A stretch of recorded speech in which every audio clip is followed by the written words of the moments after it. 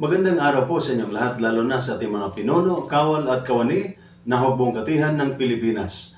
Ako po si Father Dion ng Post-Catholic Chaplain ng Headquarters and Headquarters Support Group, Philippine Army. At ito po ang salita ng Diyos, ang ating gabay. Ngayon po ay Tuesday, May 13, 2025, ng ika-4 na linggo ng pagkabuhay. Ayon po sa Ebanghelyo sa araw na ito, sinabi ni Jesus, "Nakikinig sa akin ang aking mga tupa. Kilala ko sila at sumusunod sila sa akin."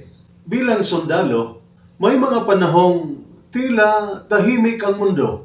Malayo sa pamilya, pagod sa duty, maraming compliances sa opisina, may mga hinahabol na deadline, marami pang kagamitan na dapat mapaayos, walang katapusang gawain sa opisina, walang makausap, at minsan pakiramdam mo parang walang nakakaramdam ng pagod at lungkot mo. Ngunit tandaan mo ito, kilala ka ni Jesus, kilala ka ng Panginoon.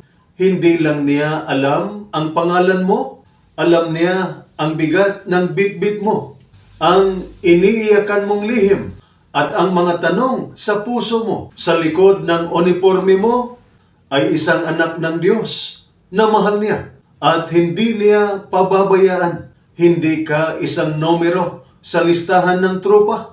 Sa mata ng Diyos, ikaw ay mahalaga. Ikaw ay Kanya. Kaya sa gitna ng katahimikan, sa pagduduty mo sa gabi, sa oras ng pahinga, o sa kalagitnaan ng laban sa loob ng isip at puso, pumikit ka at pakinggan mo ang tinig ni Jesus na nagsasabing, "Akin ka, hindi kita iiwan." Ito po ang salita ng Diyos, ang ating gabay. Manalangin tayo. Panginoon, sa oras ng pag-iisa at kapag pakiramdam ko ay wala akong kasama, paalalahanan mo ako na nariyan ka. Hindi mo ako nakakalimutan. Palakasin mo ako araw-araw. Amen. At sumainyo at sa inyong pamilya ang pagpapala ng makapangyarihang Diyos, Ama, Anak at Espiritu Santo. Amen.